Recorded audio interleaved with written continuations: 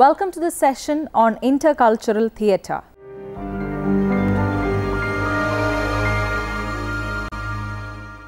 There is a new ism in the theatre today that needs to be strongly examined, substituting, however nebulously, the older category of internationalism. Interculturalism is opening a new possibility of relationship between cultures that seem to transcend the specificities of history, race, language and time.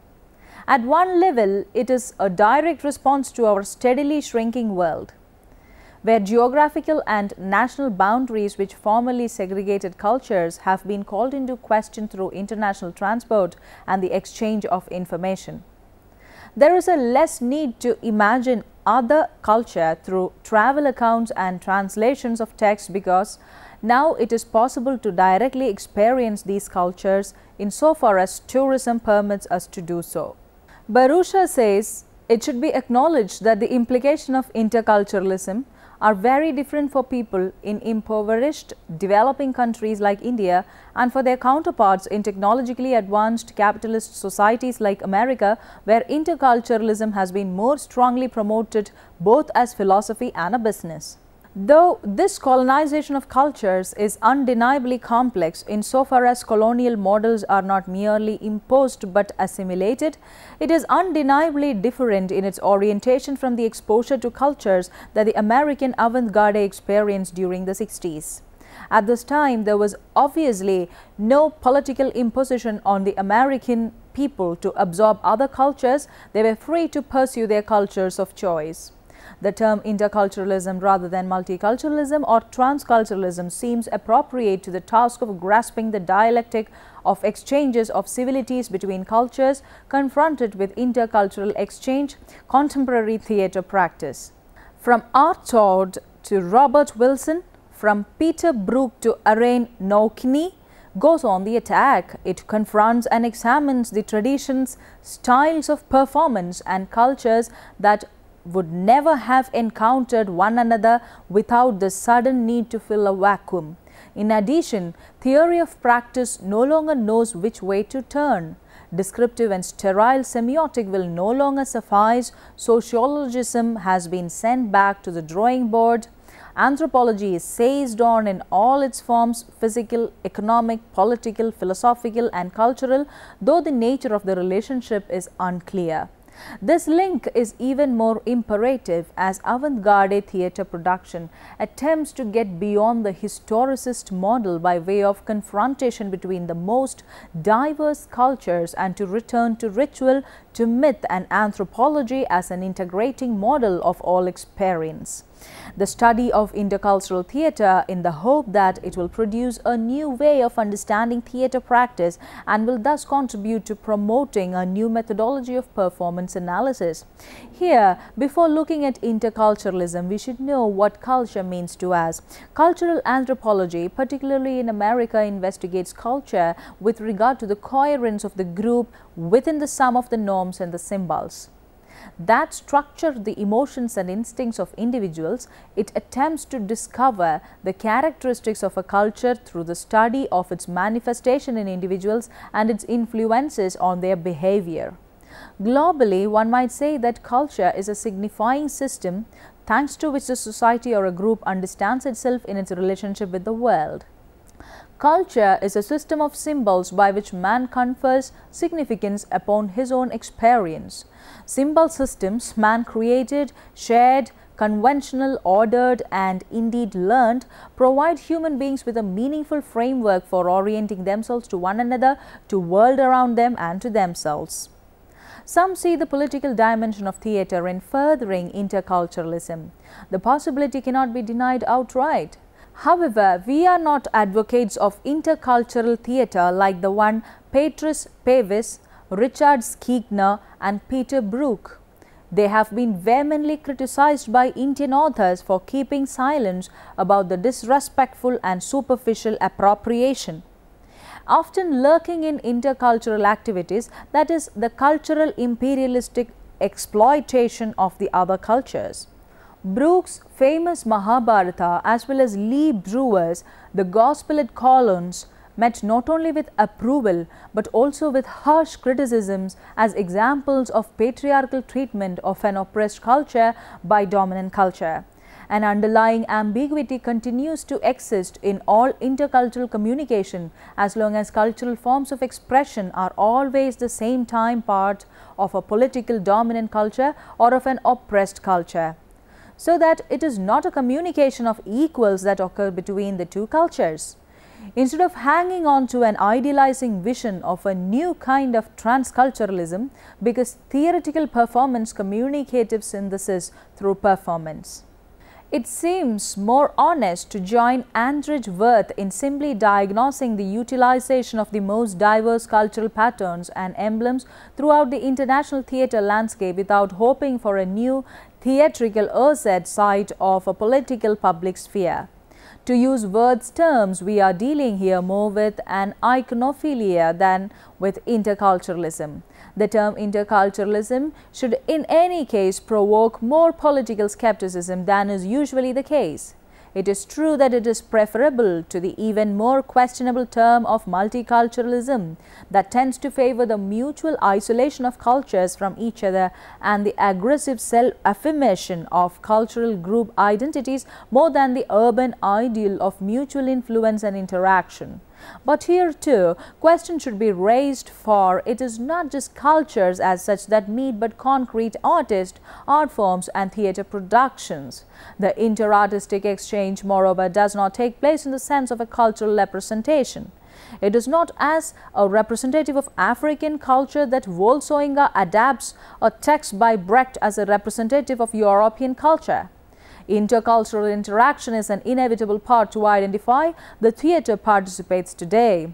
The nature, terms and practice of intercultural interaction are open to debate. Critic Daryl Chin says that interculturalism is one of the ways of bringing previously suppressed material into the artistic arena by admitting into general discourse to other cultures which had previously been ignored or suppressed or unknown. But the general discourse, which we must define in terms of the dominant culture, must not deform other cultures by making them speak in the language of the dominant culture. For practitioners who would work with specific techniques from another culture, James Brandon pointed out that the problem is having superficial knowledge and applying Western standards to everything. In this post-colonial era, artistic freedom can no longer be used as a naive narrative which frees the artist from responsibility.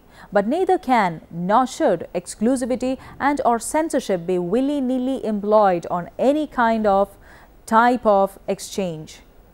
Jerzy Grotowski and Eugenio Barba alike eventually turned away from developing a specific discipline of training. Internationally non-contemporary Japanese director and actor trainer Tadashi Suzuki has developed a strict discipline practiced not only by his own company but also a number actor training program in the West. In this essay, Culture is the Body, Suzuki reflects upon the purpose, practice and philosophy behind this method of training, which emphasizes the actor relationship to the ground through his feet. Suzuki calls his method a grammar of the feet, since consciousness of the body communication with the ground leads to a greater awareness of all the physical junctions of the body. The spoken word in theatre has been mindlessly marginalized in post-Artaudian celebration of the body, but to call attention to theatre translation as the product not of linguistic but rather of dramaturgical act. It is an axiom in theatre that an actor should prepare. How does a director prepare if he or she is working in another cultural context without an adequate knowledge of its language? Perhaps one needs to problematize one's limited access to the source culture so that the acts of translation, adaptation and dramaturgy can get grounded within the uncertainties of the intracultural encounter. To work with an acknowledgement of imperfect knowledge could be the surest way of securing the trust of one's collaborators. It is also most honest way of freeing oneself from the false obligation of having to make all the decisions. Defined by Patrice Pavis in 1996, intercultural theatre has been broadly defined by Patrice Pavis as a crucible in which techniques are tested against and amalgamated with the techniques that receive and fashion them. Pavey developed an hourglass model to explain the transmission of culture in a theatrical production. The upper bulb is the foreign or source culture, which must pass through a narrow passage before reaching the lower bulb and target culture in an arrangement that is not random but regulated by filters put in place by target culture.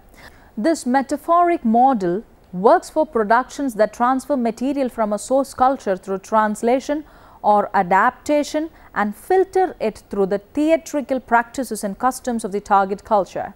The model of intertextuality derived from structuralism and semiotics yields to that of interculturalism. It is no longer enough to describe the relationships between the texts, even between performances, to grasp their internal functioning. It is also necessary to understand their inscription within contexts and cultures and to appreciate the cultural production that stems from these unexpected transfers. Uneasiness in intercultural avant-garde.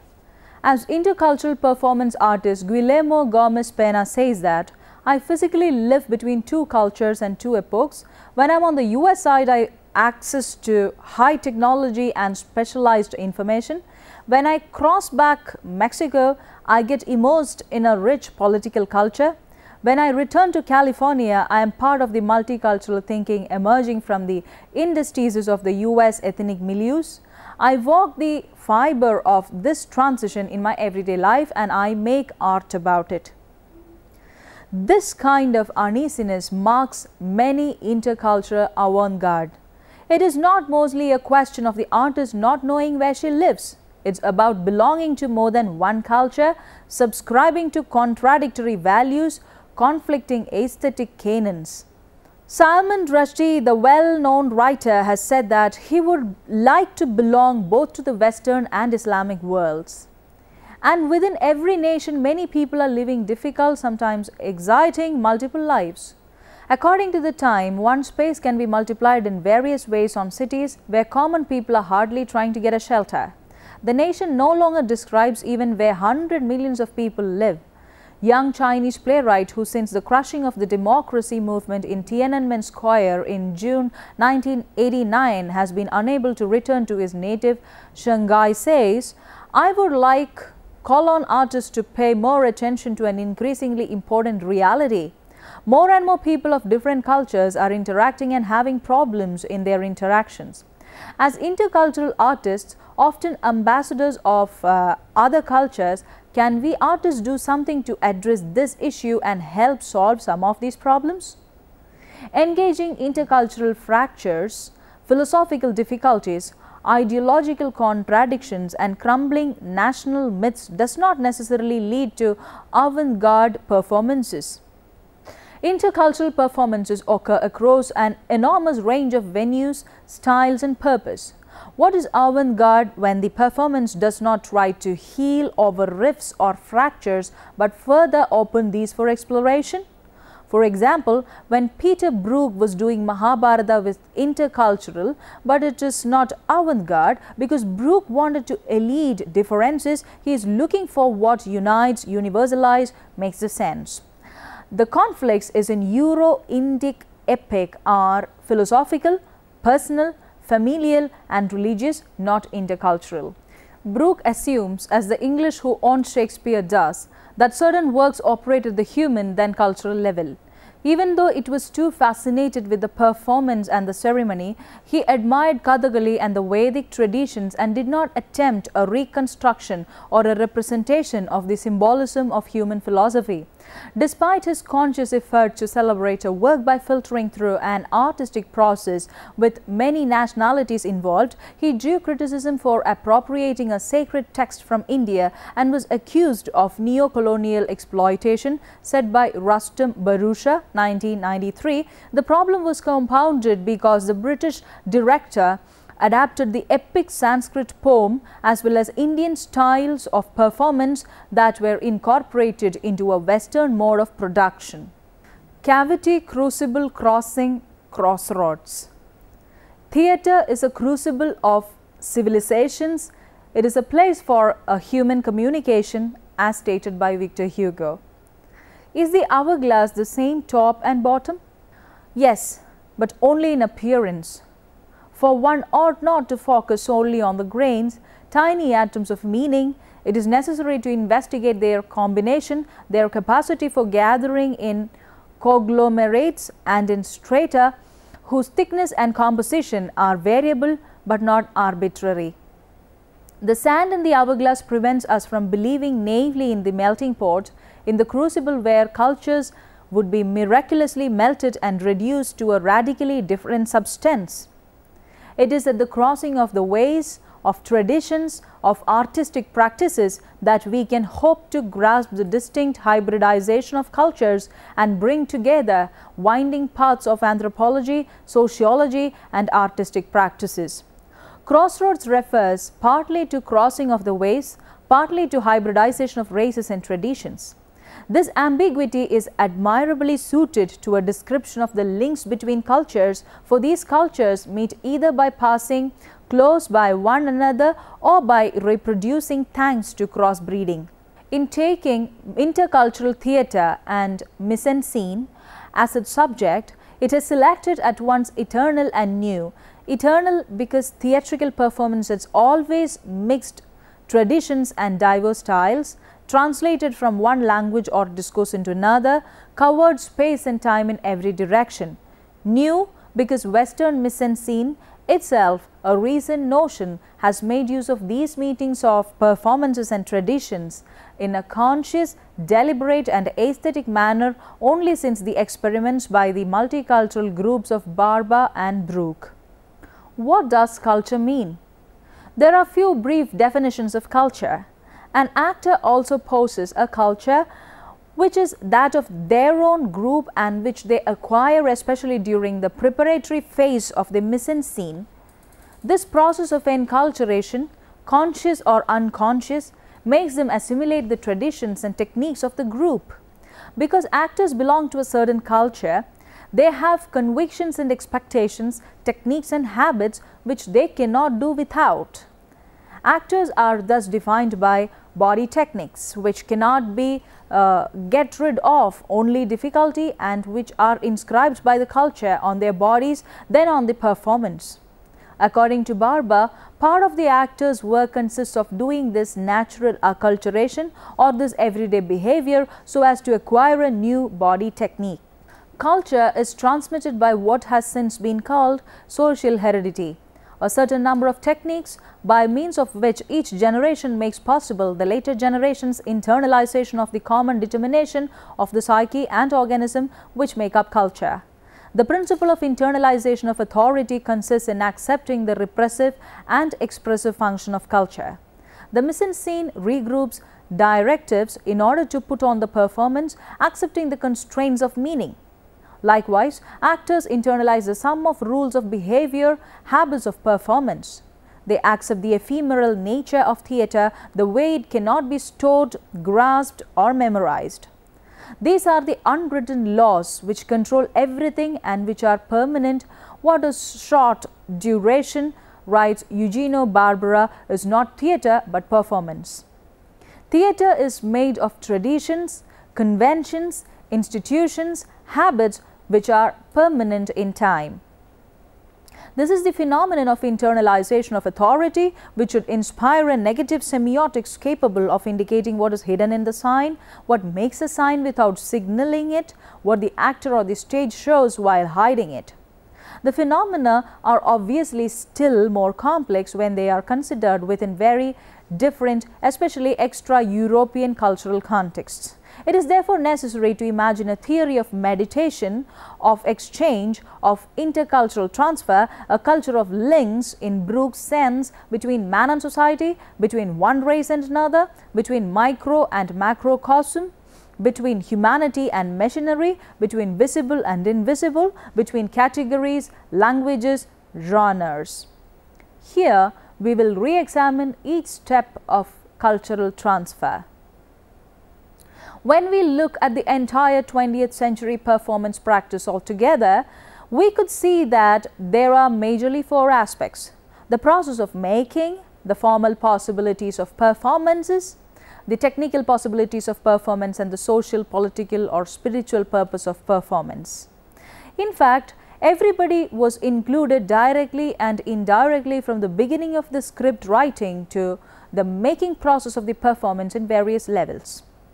Having outlined a theatrical framework on the conceptual terrain of intercultural practice, we can now focus on the sharpest indicator of cultural diversity in India, language. Theatre language opens up a totally different set of propositions and possibilities insofar as the word in theatre is never entirely literary but meditated through the bodies and voices of actors in a specific mise-en-scene where in the meaning of a particular theatrical representation is shaped, enunciated and embodied. Language in theatre exists only in a state of translation on the stage. Now let us move on to summarize what we have discussed so far. This paper is trying to look at the interdisciplinary, intercultural and intergeneric performance studies built on the emergence of post-colonial world where cultures are colliding, interfering with and fertilizing each other. Arts and academic disciplines alike are most alive at their ever-changing borders. The once distinct genre of music, theatre and dance are interacting each other in a way undreamt of just 40 years ago. These interactions are both expressive of and part of a larger movement culturally. Richard Skinner called it fifth avant-garde without any doubt in these intercultural aspects. Intercultural performances occur across an enormous range of venues, styles and purposes. This current avant-garde includes work that is forward-looking, tradition-seeking and intercultural. Here Peter Brook's Mahabharata is the major example that took place to describe an intercultural performance and also to find the uneasiness of intercultural performances. You try to answer a few questions now. How Petrus Pavis is describing about the hourglass culture. What are the two risks that hourglass presents? What are the different definitions of culture? Would you be able to write an example for an intercultural performance? What is the meaning of current avant-garde? What is the uneasiness of intercultural avant-garde? Hope that you may go through the references for further understanding. Post-dramatic theatre, Hans Theis Lehmann, translated by Karen Jasmanby, published by Routledge, Taylor and Francis Group, London and New York. 20th Century Performance by Michael Huxley and Noel Witz, Routledge Publications. Journal of Literature and Art Studies, ISBN 21595836, July 2011, Volume 1, 65 to 78, page number, David Publishing. Article, Paralinguistic and Kinesic Codes of a Performance and Intercultural. Theatre at the Crossroads of Culture by Petrus Pavis, published in the USA and Canada by Routledge. The Politics of Cultural Practice, Thinking Through Theatre in an Age of Globalization by Rustam Barusha, edited by Oxford University Press. Thank you for watching today's program. We can meet again soon with another topic. Have a nice day.